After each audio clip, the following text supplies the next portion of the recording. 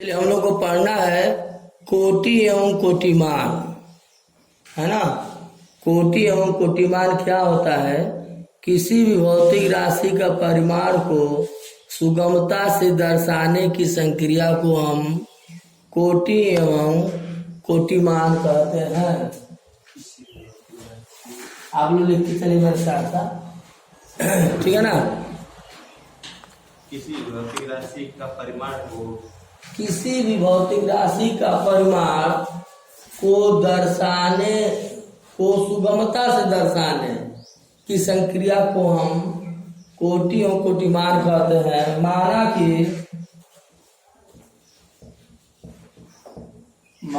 कि किसी भौतिक राशि का परिमाण किसी भौतिक राशि का परिमाण a इंटू 10⁻⁵ है ना। a इंटू 10⁻⁵ है। तो जो 10⁻⁵ होता है, 10⁻⁵ जो है इस परिमाण की कोटि होता है। ये जो परिमाण है ना, ये कोटि होता है, समझ रहे हैं। और जो सिर्फ b होता है वह कोटिमान होता है।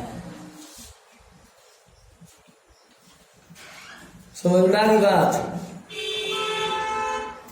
कोटि एवं कोटिमान किसी भी भौतिक राशि का परिमाण को सुगमता से दर्शाने की संक्रिया को हम कोटि एवं कोटिमान कहते हैं। माना कि किसी भौतिक राशि का परिमाण a इंटू 10⁻⁵ है। तो अब इसको दिमाग में रख लीजिए, 10⁻⁵ जो b होता है वो कोटि कहलाता है, और जो सिर्फ जो पावर होता है वो कोटिमान कहलाता है ना। आगे क्वेश्चन इसी पे मैं बोलता हूँ, आप लोग बताइए, नोट कर लीजिए इसको। हो गया ना? जल्दी करिए, मेरे साथ से चलते रहना, ठीक ना।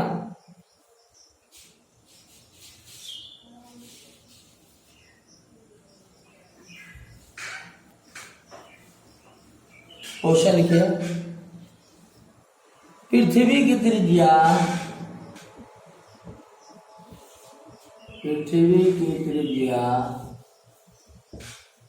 6400 किलोमीटर है। तब इस परिमाण के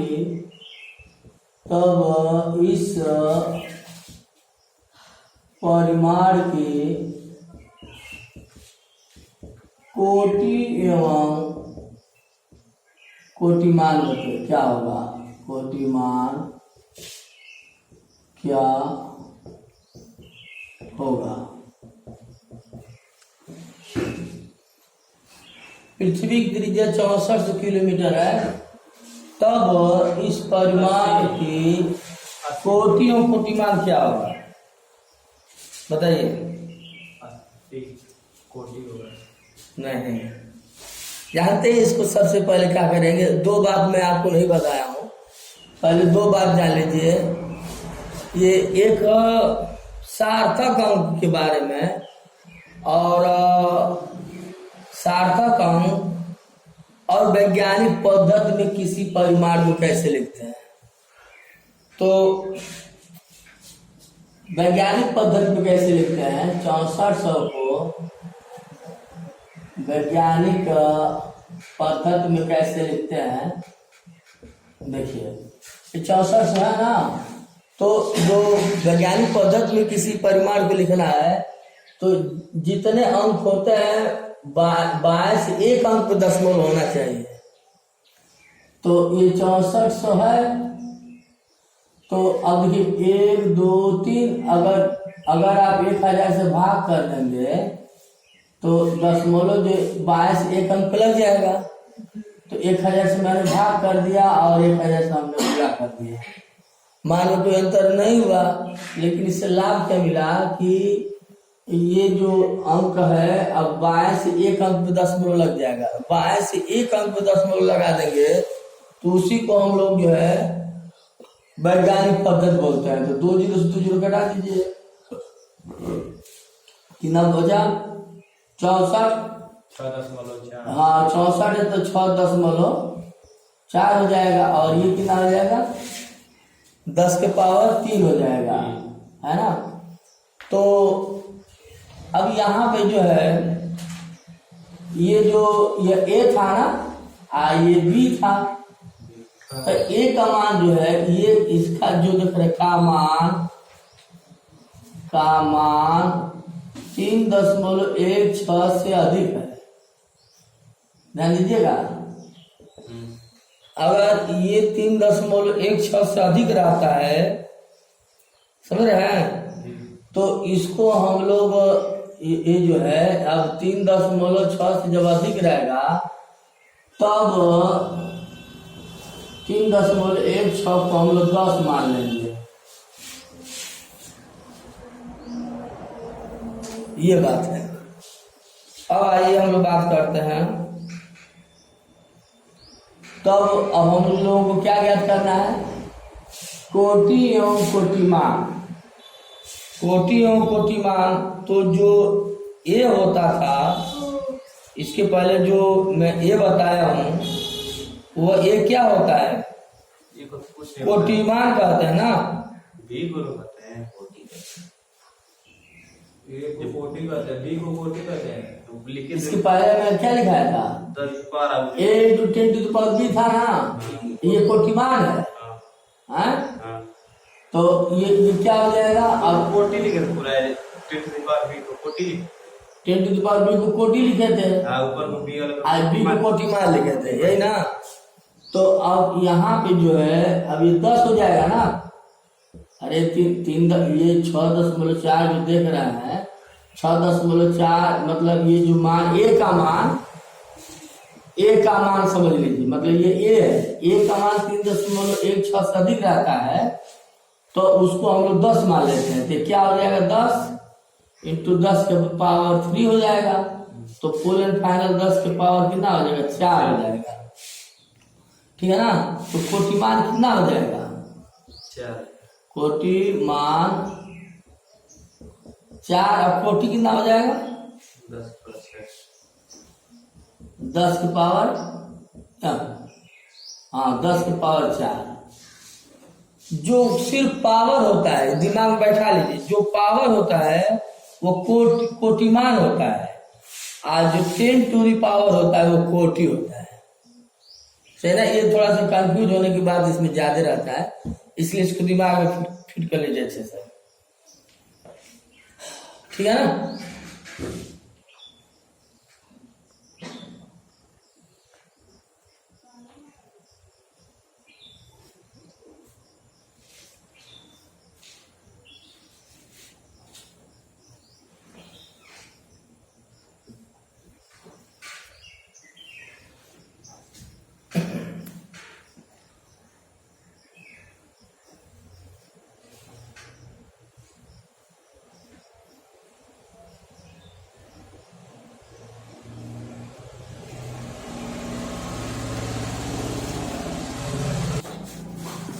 अब हम लोग पढ़ेंगे सार्थक अंक।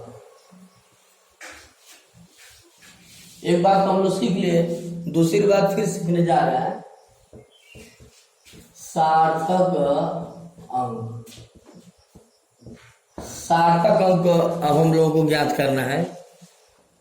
तो ऐसे क्वेश्चन है, इसमें ज्यादा समय नहीं लिया जाएगा, जैसे सीधे सीधे आते हैं हम लोग।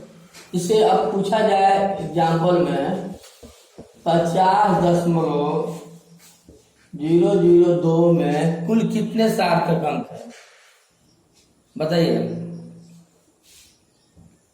इसमें कुल कितने सार्थक अंक है?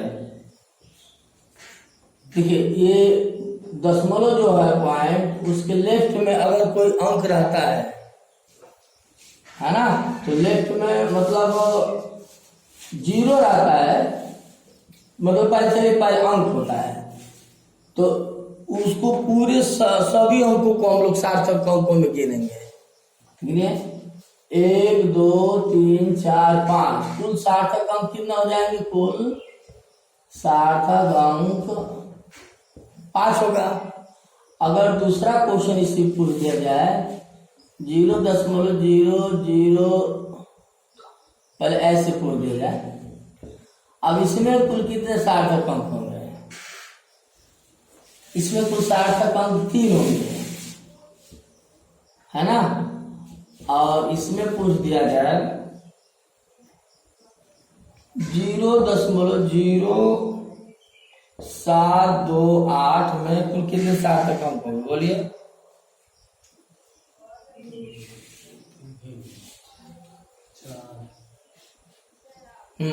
चलिए आप बताइए कुल कितने सार्थक अंक है? अब दशमलव के पहले 0 है, इस दशमलव के बाद भी अगर 0 है तो अब 0 को काउंटिंग नहीं करते हैं। अगर यहाँ 5 हो जाता, तब 1 2 3 4 5 6 सार्थक अंक हो जाता। लेकिन जब यहाँ पे अगर शून्य दे देता है, दशमलव के लेफ्ट में बाएं साइड में अगर 0 देता है, तो और तब इसके बाद जितने अंक होंगे, अब दशमलव के बाद इधर ये भी शून्य है, तो कुल सार्थक अंक गिनिए 1 2 3 4 होगा। अगर ऐसे देता है 0.7284, है ना, तब 1 2 3 4 ही होता है। और ये 0 अगर यहाँ दे देंगे, मतलब दशमलव के तुरंत बाद अगर कोई अंक है, दशमलव तुरंत बाद कोई अंक है, तो उस 0 को काउंटिंग करेंगे। और दशमलव के बाद अगर 0 है तब उस 0 को काउंटिंग नहीं करेंगे। तो यहाँ पे कुल कितने सार्थक अंक हो जाएंगे? 1 2 3 4 5 हो जाएगा। यहाँ पे कुल कितने सार्थक अंक हो जाएंगे? इसको अब 0 के बाद, दशमलव के बाद तुरंत 0 आया है ना, तब इस 0 को काउंटिंग नहीं करेंगे। 1 2 3 4 ये है ना। अब इस तरह से जो है एक क्वेश्चन और बताइए आप, ये एक क्वेश्चन और बताइए 8.002440। अब इसमें कुल कितने सार्थक अंक है? गिन के बताइए।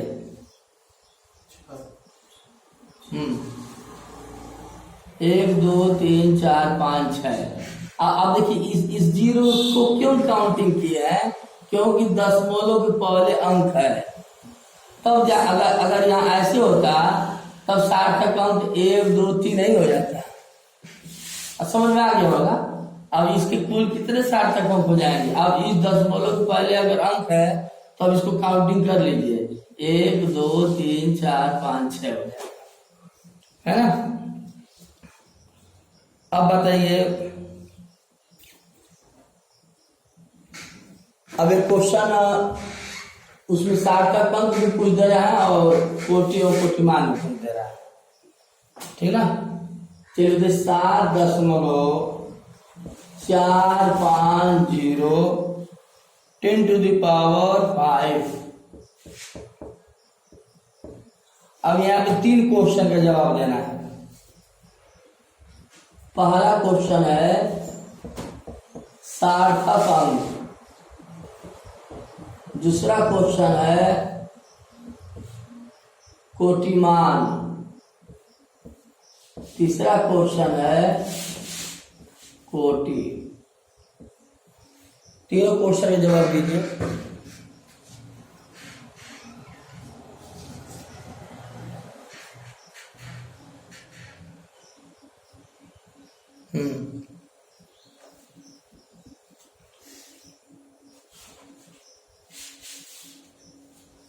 सार्थक अंक क्या होगा? कोटिमान क्या होगा? कोटि क्या होगा? हाँ बोलिए चंदन। पहले यहाँ से सार्थक अंक क्लियर। इसमें देखिए क्या है ना, अब इसमें जो है जितने सिर्फ अंक दिए रहते, अंक इसमें पावर से नहीं मतलब। जीरो बढ़ा देंगे। नहीं, ये जो दिया है ए का मान, इसको आप ए लिखते हैं, ए गुणे 10 टू द पावर बी लिखते हैं ना, यही ना है परिमाण। इसके पहले मैं व्यापक फार्मूला बताया था। तो सिर्फ सार्थक अंक को कहाँ देखते हैं? ए को ही सिर्फ देखेंगे, 10 टू द पावर बी में नहीं देखेंगे। क्लियर हुआ कुछ? ए जो है, ए में ही कुल सार्थक अंक देखना है। तो ए में कुल सार्थक अंक कितना है? 4। अगर यहाँ पे 0 रहता तब 1 2 3 होता। अगर यहाँ पे ऐसे होता तब भी 3 ही है। हाँ, सही कहा आपने। यहाँ पे क्या लिखे थे? 8 7 लिखे थे। 7.1 लिखे थे ना। अब इसमें सार्थक अंक कितना हो गया? सिर्फ ए में देखिए, ए का मतलब यही ना है, तो इसमें सार्थक अंक कुल कितना है? 4। अब कोटिमान बताइए। कोटिमान 6। सार्थक अंक कैसे इसको? हाँ, सही बताया, बिल्कुल सही।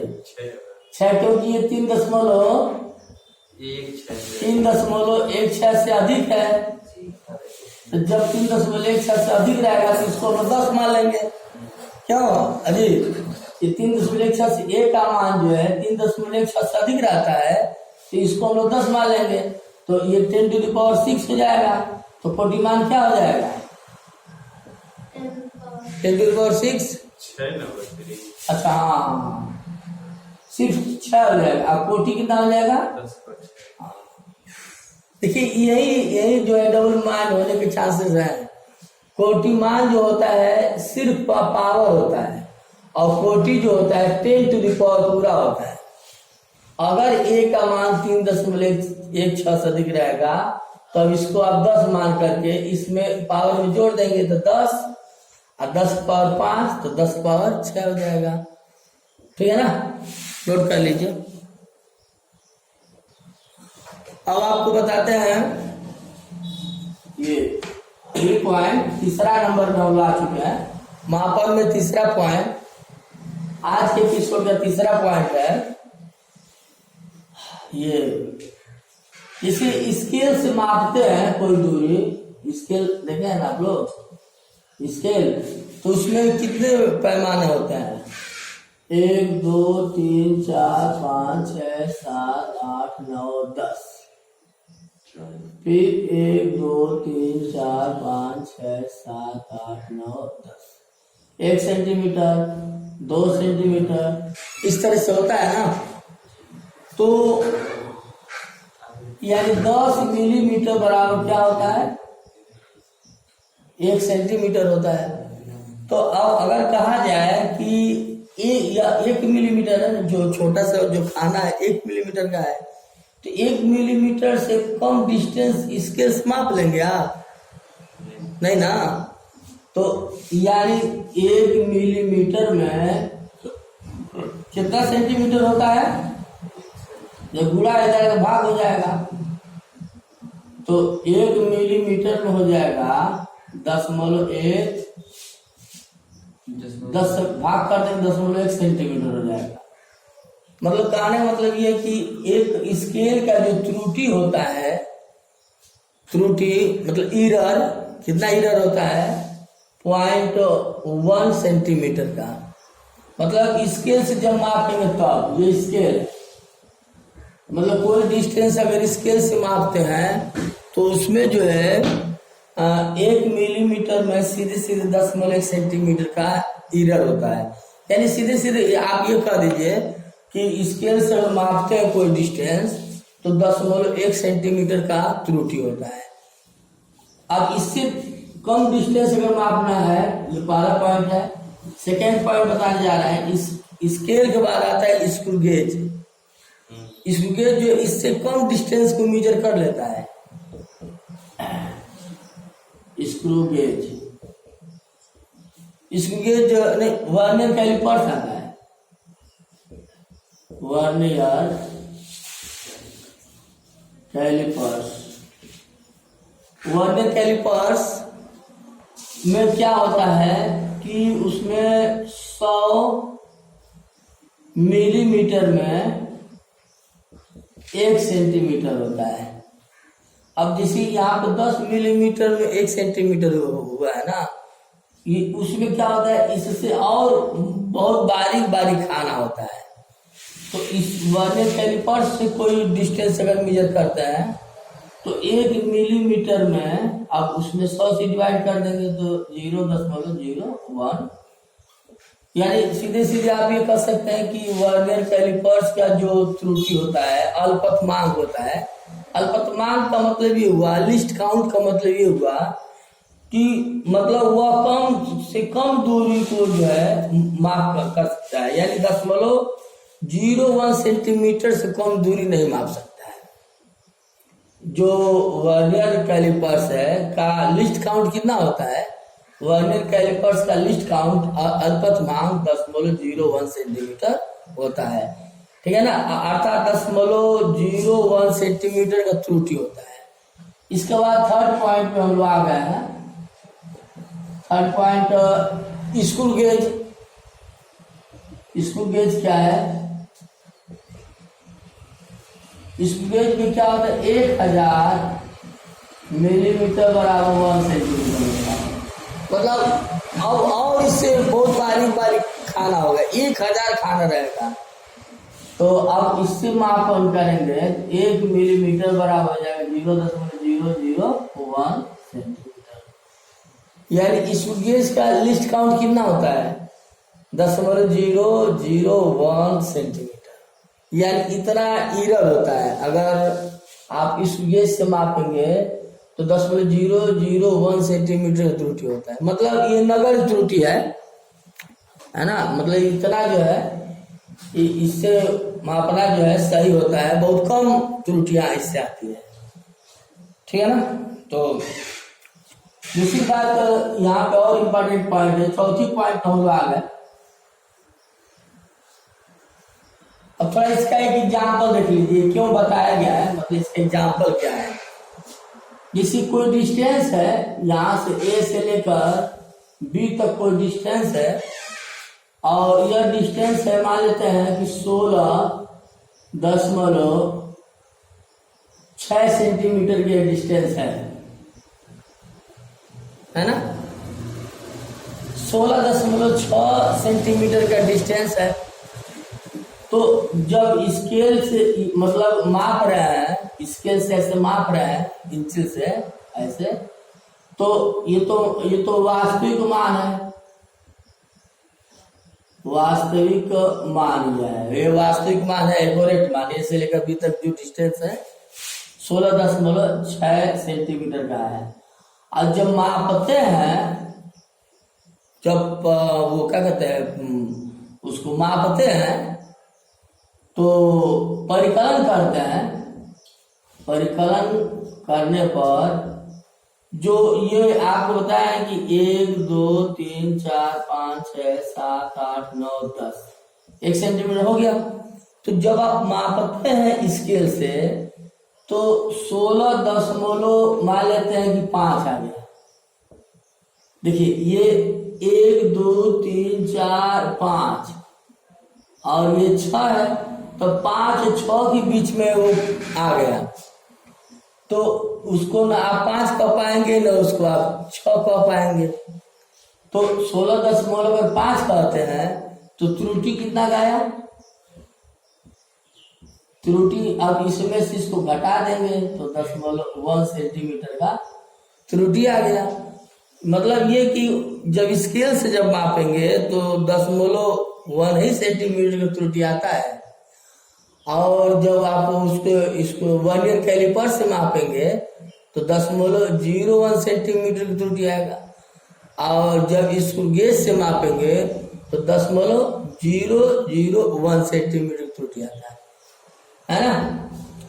अगर ये पूछा जाए कि परसेंट कितना परसेंट की त्रुटि हुआ, 16 ए से लेकर क्वेश्चन पूछ दिया जाएगा, तो ए से लेकर बी तक जो कुल दूरी जो है 16.6 सेंटीमीटर है, तो अब परिकलन करने पर 16.5 आता है, तो कुल कितने प्रतिशत की त्रुटि हुई। तो देखिए प्रतिशत त्रुटि निकालना है तो जिसको निकालना है उसको अंश में रखते हैं, न्यूमरेटर में, और जिसमें निकाला हो तो उसको डिनोमिनेटर बोलते हैं। तो प्रतिशत अगर त्रुटि निकालना है, प्रतिशत त्रुटि निकालना है, तो कितना का त्रुटि हुआ है? 0.1 सेंटीमीटर की त्रुटि हुआ है। और कितना में? वास्तविक मान में 16.6 गुणन पर 100। अब इसको आपका परिकलन कर देंगे तो आंसर आ जाएगा, ठीक है ना।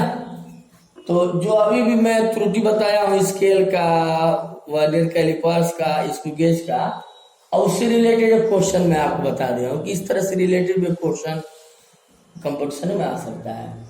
अब यहाँ पे जिसी 16.6 दशमलव के बाद एक डिजिट आता है तो समझ लीजिए कि स्केल से मापा गया है। अब वही 16.65 आता रहता तब दो डिजिट रहता तो किससे मापा गया है? नहीं, वर्नियर कैलिपर से। और 16.654 रहता तब किससे मापा गया है? स्क्रू गेज से मापा गया है। समझ में आ गई बात ना। तो कभी कभी यही पूछ देता है कि 16.6 सेंटीमीटर है तो किस माप के अंदर से मापा गया है? मन करो थोड़ा। तो अब मान लीजिए 16.6 दे देता है, किस माप के अंदर से मापा गया है? एक छोटा सा क्वेश्चन आ सकता है आपके सामने, तो स्केल से मापा गया है। और 16.65 सेंटीमीटर दे देता है, कह देगा कोई दूरी है 16.65 सेंटीमीटर माप नहीं पाता है, तो किस माप के अंदर से मापा गया है? वर्नियर कैलिपर से। 16.654 दे देगा, कोई दूरी ए से लेकर बी तक 16.654 सेंटीमीटर आता है, तो किस माप के यंत्र से मापा गया है? तो स्क्रू गेज से मापा गया है, ठीक है ना। अब छोटी सी बात एक और मैं बताता हूँ, चौथा पॉइंट, 5वां पॉइंट बता देता हूँ। लास्ट पे हम लोग है 5वां पॉइंट। आज का अंडरस्टैंडिंग पॉइंट 5 लास्ट है। इसी छोटा सा क्वेश्चन हम कर दें आपसे कि कोई एक ABCD कोई आयत है, इसकी लंबाई दे दिया है, बहुत अच्छा क्वेश्चन है आपके सामने, 5.4 सेंटीमीटर का है और चौड़ाई है 2.34 सेंटीमीटर का, है ना। तो इसका क्षेत्रफल कितना सेंटीमीटर स्क्वायर होगा? चलिए बताइए आप लोग, क्षेत्रफल कितना सेंटीमीटर स्क्वायर होगा? मीटर स्क्वायर बताइए। क्वेश्चन एक बार रिपीट करता हूँ। सेंटीमीटर में हाँ, दोनों सेंटीमीटर। फिर सुनो आप, ABCD एक आयत है जिसकी लंबाई कितना दिया है? 5.4 सेंटीमीटर दिया है। चौड़ाई कितना दिया है? 2.34 सेंटीमीटर दिया है। तो इस आयत का क्षेत्रफल कितना मीटर स्क्वायर में होगा? अब बताइए आप लोग, क्षेत्रफल कितना मीटर स्क्वायर में होगा? आयत का क्षेत्रफल क्या होता है? लंबाई बड़ी चौड़ाई होता है। लंबाई कितना दिया है आशीष? 5.4 दिया है। और चौड़ाई कितना दिया है? 2.34 दिया है। अब आप देखना, ये भी सेंटीमीटर में, ये भी सेंटीमीटर में, गुणा कितना गुणा किया आप लोग? 234 में 54 से गुणा करिए, कितना आ जाएगा? 4 16 6 4 3 12 13 4 2 8 9 5 4 20 5 3 15 2 17 5 10 13 गुणा नहीं है 12.6 ऐसे 5 2 20 0 5 3 15 2 17 5 गुना 10 5 गुना 10 से क्या आ रहा? हाँ सही कहा है। 3 9 7 16 कितना है? 3 अंक पे 1 2 3। हाँ सही बताया आपने, 12.636 सेंटीमीटर स्क्वायर है ना। लेकिन हम किस में पूछ रहे हैं? Metre square. हाँ, तो अब बताइए 12.636 इंटू 10 टू द पावर क्या लिखेंगे? -4 मीटर स्क्वायर। क्या यही आंसर होगा?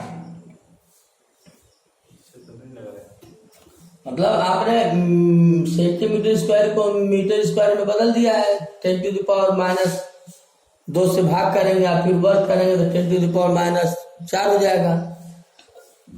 सही है? सही है ना? सही नहीं। देखिए इसमें होता क्या है कि ये लंबाई 1 डिजिट में है, चौड़ाई 2 डिजिट 0.2 डिजिट में है। तो जो लिस्ट होता है, जो कम से कम डिजिट होता है ना, उतना ही में हम आंसर लाएंगे। या 1 डिजिट में दे रहा है ना, तो आपका दशमलव भी एक ही डिजिट में लगेगा। इस बात को आप ध्यान देंगे हमेशा के लिए। जैसे अगर यहाँ पे दोनों में जिसका कम से कम है, मतलब 1 डिजिट इसमें है, 2 डिजिट इसमें है दशमलव के बाद, तो हमेशा जो है दशमलव जो जिसमें कम होता है, मतलब 1 अंक पे दशमलव कम है, इसमें 2 अंक पे दशमलव है, तो जो आपका आंसर आएगा एक ही अंक में दशमलव रहेगा। इसी पे क्वेश्चन बताइए, नोट कर लीजिए इसको, ये तो पूरा किया है। इसी में क्वेश्चन बताइए, किसी घन की, लास्ट क्वेश्चन है ये, किसी घन की एक भुजा की लंबाई 1.7 सेंटीमीटर है, तो उस घन का आयतन मीटर क्यूब में बताइए।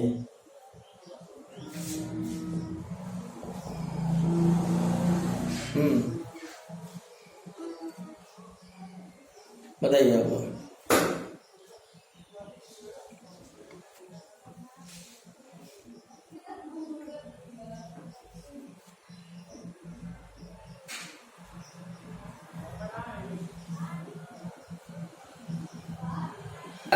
कितना आया है?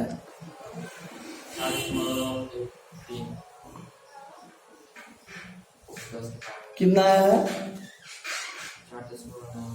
4 गुणा, जिसे आयतन क्या होता है फार्मूला, घन का आयतन भुजा का क्यूब होता है, तो 1.7 गुणे 1.7 गुणनफल 1.7 गुणा किए तीनों का, कितना आया है? 4.913। ये सेंटीमीटर क्यूब में आया है ना, तो क्या